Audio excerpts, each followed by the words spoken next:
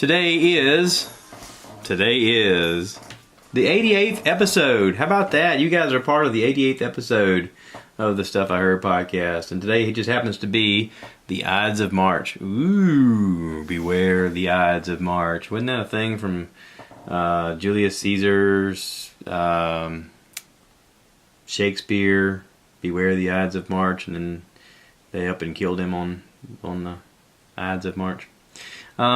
Yeah, so anyway, today's March 15th, and it's hot here in Florence, South Carolina today. It is up to 80 degrees already in March. It shouldn't be this warm this early. And the plants and the bees and the mosquitoes and the birds are all confused. They're like, should we come out? I don't know. There's supposed to be some frost left.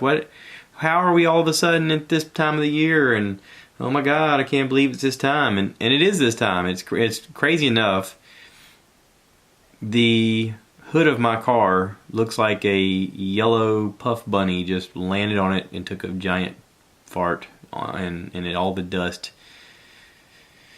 That's a very weird, creative way to say that I got a lot of pollen on my truck. There's a lot of pollen everywhere. There's a pollen in the air. I need to cut the grass, even though there's no grass. It's more weeds. I need to cut the weeds.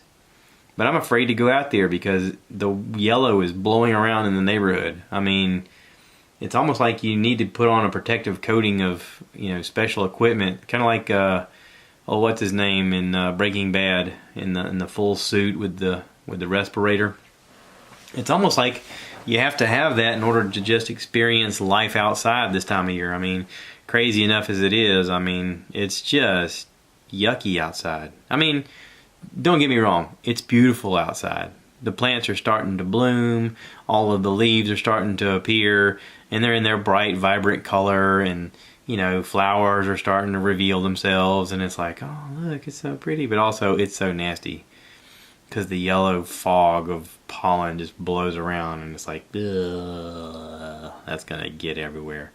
And it will get everywhere. If I go outside, I just got over a cold, and if I go outside, it's all going to get in my face, and it's going to, it's like almost like an alien being. Like it's going to take over and make you just instantly ill. It's like a parasite. It's like if it was a science fiction movie, there'd be little microscopic, alien invaders. And they're like, quick, get inside the human's nose. Oh, we're going to live here now. Embed yourselves in his nasal cavity. We're going to do this, and then before you know it, you're just like, I can't breathe, I'm so sick, I need to see a doctor. And exactly, according to our plan, we get to go to the doctor and get some of that medicine that makes us stronger and super absorbent and really awesome. And then we can bust out of this human shell and take over the planet. Of course, I may be overthinking it a little bit. I don't know, what do you think? I listened to Bert Kreischer's recent episode on the Bertcast where he interviewed Dane Cook, and a lot of people know who Dane Cook is because he's a famous comedian and actor, and he's a comedic actor and all that stuff. But he's a comedian first, and I guess he would be in the generation of my brother's generation, about 12 years back, of the zeitgeist of popularity.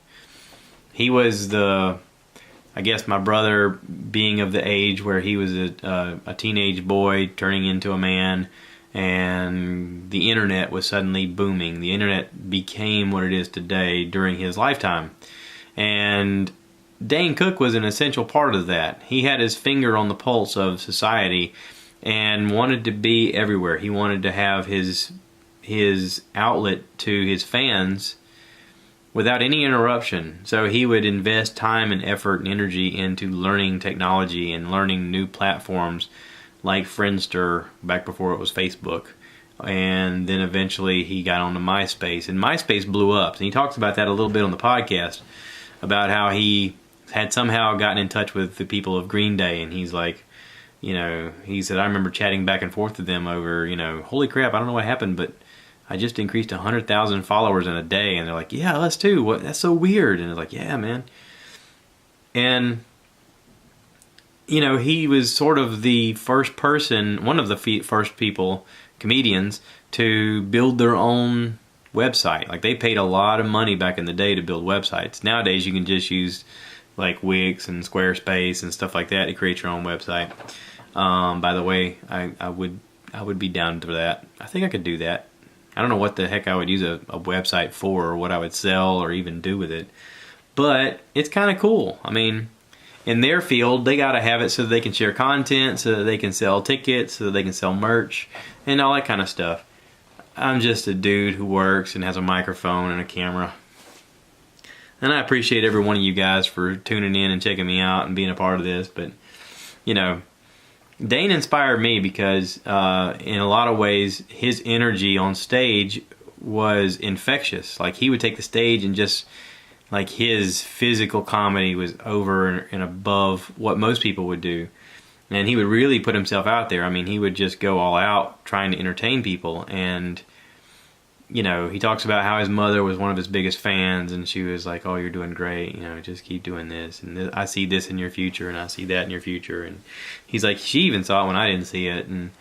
And for me, being a you know, kind of a shy, quiet-ish person growing up, and during that time I was learning to get on stage and sing karaoke and that kind of stuff, and you know, I had actually started to tell jokes as an open micer at a local club that had comedy. They had comedy on Mondays, and I would go in there, and they would do a thing where, you know, we don't really have an opener, but the comedian's coming on at this time, and hey, you guys want to get up here and tell a joke? Maybe you can win dinner. And I had jokes. Jokes I'd heard, jokes I'd thought of, jokes I had, you know. Someone would say a joke in the crowd, and I go, "You should tell that." And they go, "I can't get on stage, you tell it." And I'm like, all right, whatever. I didn't care about getting on stage because I would channel my inner Dane Cook of, let me just get on stage and just talk. And it was really strange because in one instance, like, you're afraid to get up there in front of people, but in the other instance, you're like, yeah, but I want to say this thing that I think is funny because I think you guys are going to think it's funny too.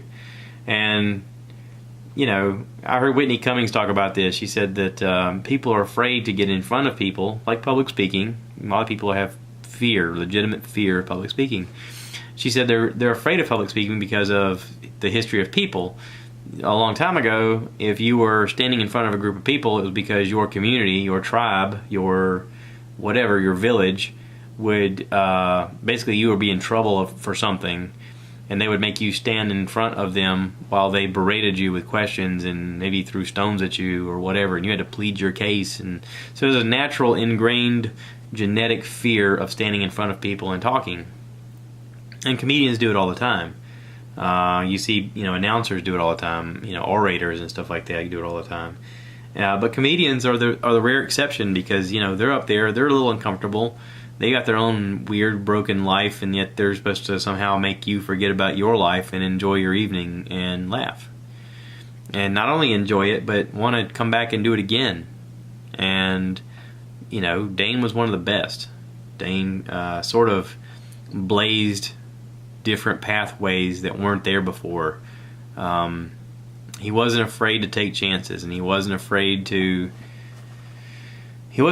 fail. And he may not say that. He may say that, you know, of course I was afraid to fail. He talks about having a panic attack when he got an offer to go try out for Saturday Night Live. He's standing in front of the NBC Rock studios, and he had a panic attack, and he's like, I can't go in. I just can't do it. He said, and I didn't do it. And years later, I thought, God, I should have done it. I don't know what I was worried about. But, you know, in life, you have moments like that where you can let yourself be defeated by things, or you can overcome them. And, you know, I'm sure later on in life when he was faced with obstacles, he remembered that moment and he thought back and said, you know, I'm not going to let that kind of stuff define my life. I'm going to achieve the things I say I'm going to achieve, and I'm going to go after it. And, you know, I've tried to live that way myself. When an opportunity comes, you're supposed to step up and answer the call.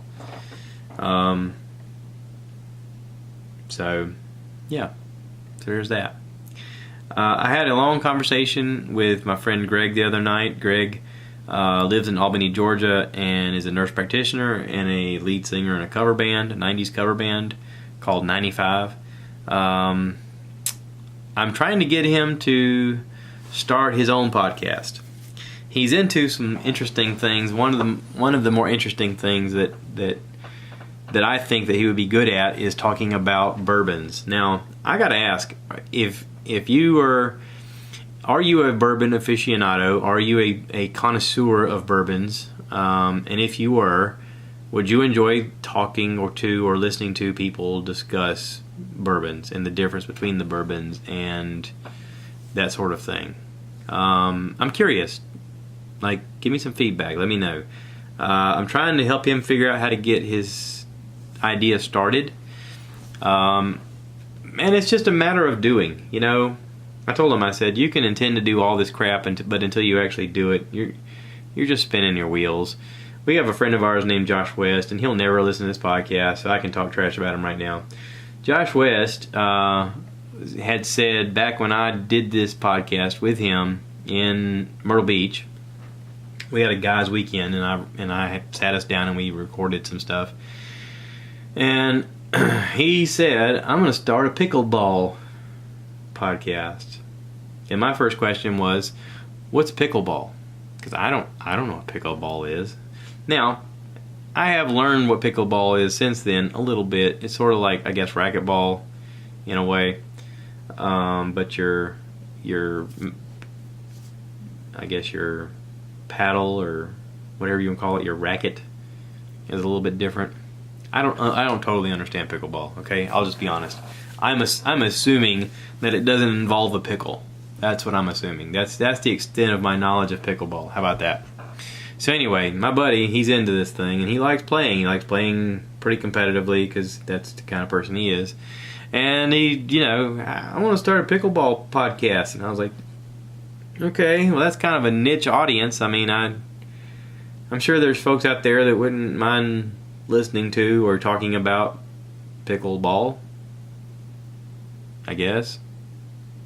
I don't know. I don't know. This is totally outside my world. I mean, I'm sure that somewhere out there's a curling podcast, and there's top curlers who all talk to people who are curler enthusiasts, and they all discuss about how they send the little clay doohickeys down the ice and they sweep, and once in a while they drink beer. I guess. I don't know. I don't know anything about curling either. I know more about curling though than I do pickleball. So there's your level of niche market. Okay, you got NFL, college football, college basketball, baseball, basketball, hockey, soccer. I'm ranking them in order of crap that I know anything about. And then somewhere down there is curling, and at the very bottom, like if there's a graph, the very bottom one is just the word pickleball, and there's a circle with a pickle on it, and there's a cross through it, and it says not that kind of pickle. That's my extent of knowledge of pickleball. So he's not going to listen to this, and if you know Josh West, please reach out to him and tell him that I think he's an idiot for not at least following through with his dumb plan. It could be something. I mean, I could be the dummy. I'm okay with being the dummy. Just, if you have an idea for something, what are you waiting for? Do it. Do the thing you want to do. You're not guaranteed any time on this earth. If there's something you want to do, do it. Quit wasting time. You're wasting time. That's just it. You're wasting time. I'm wasting time. Right now. In a way. Not really. I mean, I like you guys. I mean, I guess. It's one of my brother's things.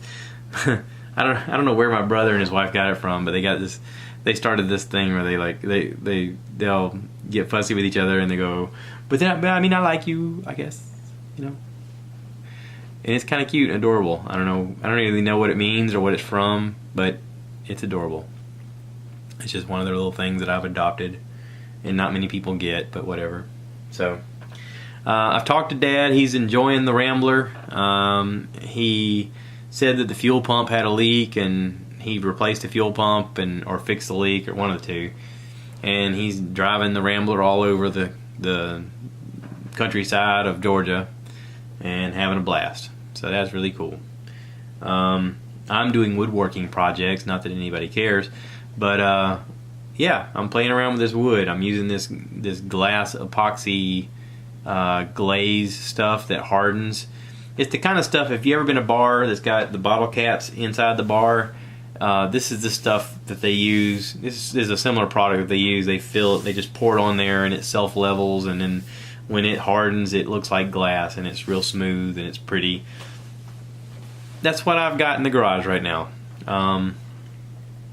I covered the original piece of wood that I was working on. The second piece of wood I have done, I put a few coats of polyurethane clear on it, and I put some of that glaze stuff in the deepest recesses. I taped up the other side, hoping that this stuff wouldn't seep through, but just in case, I put a tarp underneath it, and as I'm putting the stuff on, I realize that it's seeping through, and there's, even though I taped it, even though, you know, whatever, wood's porous, tape doesn't always hold everything, but it was an effort, and for whatever reason, it just didn't hold. But that's fine. If some of it holds and some of it hardens, then at least it'll harden in a way that maybe the next coat will stay. That's my hope. That's the goal. While Dad was here, and he and I were talking about this stuff, I bought that glaze with him. He was telling us about bumping into Eric Polston and his wife down in Florida when they went down to visit Bill and Merle. And Eric is a YouTuber and actually works at Disney as a carpenter. That's how Dad described him. He's been on my YouTube a bit, commenting and stuff like that, and I've recently found him on Instagram, and as big a nut as my wife is about Disney, and I am, it'd be kind of cool to meet up with him at some point, and as an employee, maybe he could give us a tour of something that we don't normally see. We've been so many times now, like, we enjoy going just to go and just to experience it, and we could actually go and not ride anything and just walk around because it's so pretty. And I wouldn't mind going with someone who knows a little more, like, hidden behind the scenes stuff. We did the Keys of the Kingdom tour, and we enjoyed it. And, you know, Eric, if you're listening to this, hey buddy, I'm up for meeting and YouTubing and podcasting and whatever. But I'd love to hang out with you and walk around the Magic Kingdom and maybe learn some behind the scenes stuff. We go all the time. So we could just coordinate sometime when we're going and say, hey, let's meet up.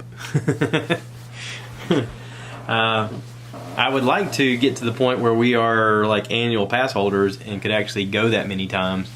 We're not there yet, but you know, we could very well get there at some point. So, anywho, this is St. Patty's Day weekend. The 17th, looking on my calendar, says it's St. Patty's Day. In years past, when I was a young man, this was the holiday you go out and you drink a lot and you wear green or don't or whatever, and it's a lot of fun. Usually comes with a hangover and not a pot of gold. But I heard a commercial today for a church saying how St. Patrick was actually a Catholic or a Christian priest in Ireland, and that it's a holy day, and you know, let's celebrate this as it was supposed to be celebrated, remembering the gifts that he gave and the sacrifices and blah blah blah. And I was like, oh, okay, that's more information than I ever knew. And I'd like to transition this to tell you all about St. Patty, but this isn't that podcast. This is stuff I heard. This is not stuff I looked up. So if you want to go to the stuff I looked up, that's a different podcast. It's probably hosted by somebody really smart. Maybe Dan Carlin. You know, he does the Hardcore History podcast. He may have that kind of podcast on, you know, who St. Patty was. I'm surprised they haven't done a J.J. Abrams version of St. Patty where he's like an outlaw vampire or something, you know. One of those weird graphic novel type shows. They could really do a weird spin on it nowadays, I feel like. People would go watch that, right? If St. Patty was actually a vampire or a vampire hunter. Ooh, like Abraham Lincoln's story. Remember that? Anybody watch that piece of crap movie where Abraham Lincoln was a vampire hunter? Yeah, I watched that piece of crap. That was garbage. That was a garbage movie. I'm just saying. Speaking of garbage movies, I watched Jurassic Park 3 or Jurassic World 3. Has anybody seen that? Or is it 3 or 2? Yeah, it's the latest one. Chris Pratt and the dinosaurs are on the island and a volcano is coming, and oh no, we got to get the volcanoes out because we got to get the dinosaurs off the volcano island because what if they go extinct again?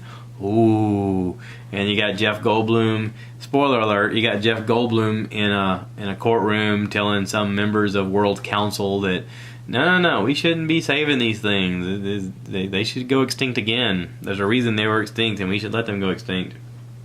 But oh no, people are greedy, so they steal the dinosaurs. Spoiler alert: they steal the dinosaurs, and we're gonna sell them on the black market to big game hunters and to world defense leaders and mobsters who want their own dinosaur for protection or for shooting or for whatever. So you can just guess how the movie's gonna go. It's a predictable outline. It's a predictable show. Chris Pratt is probably the best part of the thing because he's funny. I mean, he's got one great line in it where, you know, the girl comes to get him and she's like, you know, I want you to come and help me, and he's like, no. She's like, what do you mean no? He's like, I don't want to. That's a terrible idea. I don't want to go. And then at a certain point she talks him into it, and he's going off on a mission that's pretty dangerous, and he looks at her and he says, remember, if I don't make it back, you talked me into this. And he walks away. I was like, okay, that's funny. That's a funny line. You talked me into this. I mean, people don't talk like that in movies anymore. I mean, they don't just say the thing they're thinking. And I think that's more Chris Pratt than it is anything else. He sort of is himself in everything he does. I mean, in Guardians of the Galaxy, a lot of that is just his attitude and his humor. I'm watching Parks and Rec right now on Netflix. I did not watch it when it was on TV, and I started watching this not really into it, but just kind of wanted something on TV, and I started paying attention to it and getting more and more into it. And he has a character on the show that gets more and more popular, Andy Dwyer, I think is his name, on the show. And it's just Chris Pratt being himself. I mean, it's almost like they hit the cameras and they were like, here's some things we're going to do, but you guys just kind of riff with it. Just have fun with it. And he's just silly. And he's silly like that in real life. And, you know, I think this is a weird way of me saying that I'm a Chris Pratt fan, but I'm not a Jurassic World fan. I'm glad I didn't pay money to watch that piece of garbage movie. But Chris Pratt, during the fires in California, I think it was right around that time, he had just done the Lego 2 movie and had just done a commercial for Chevy for their pickup trucks as the Lego guy. What was his name on the show? Emmett. And he was like, so, you know, is there any perks that come along with this? And they're like, what do you mean? He's like, I mean, I want a truck. And they're like, what? And he goes, I want a truck. I'm doing a commercial for the truck. I want a truck. Can I get a truck? And they're like, oh yeah, we'll get you a truck. So they gave him a truck. So he did like an Instagram post, and he's got just his regular street clothes on and a baseball cap, and he's like, hey, so, you know, I got a truck. I'm moving. I'm moving in with my girl. You know, we're getting engaged, and we're gonna start a family, and, you know, got it all loaded up. And he's patting the side of the truck, and he goes, if anybody else out there needs help moving, just give me a call, man. I got to pick up now. You know, and I was like, well, there you go. Just a regular guy that accidentally became a celebrity. I mean, he's just like, you know, somebody pointed a camera at me at the right time, and boom, here I am. And I'm just going to have fun with this. And good for him. Good for him.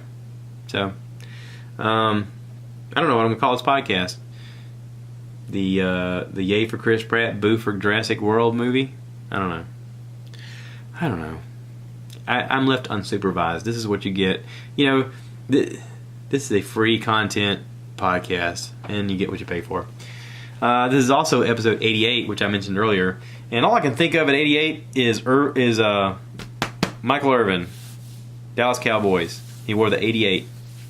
And I don't know why, I just remember him. I know lots of wide receivers wear 88, but somehow he's the one that sticks out in my brain. Number 88, Michael Irvin. Michael, if you're watching this, was never a huge fan, but you're a tremendous athlete, and now that you're in the Pro Bowl, I totally get it. You are worth every bit of the Pro Bowl selection, buddy. You are a heck of a wide receiver. I don't care for you as an announcer, but that's just it's just personality. I mean, I don't know if it's because you sound like Stephen A. Smith or what. I mean, just the anger and the I don't know, the energy level just seems confrontational in a way that it doesn't have to be. Maybe that's from being an athlete. Maybe that's from being in the locker room all the time and having to do combat with a guy who's in your face all the time. Maybe. I don't know.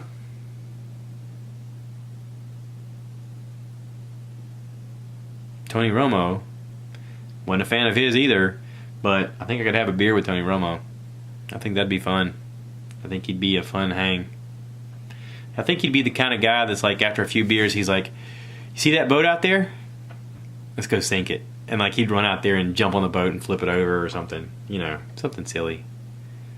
He looked like he'd just be a kind of a goofy guy to hang around with that would once in a while do something unexpected. I don't know.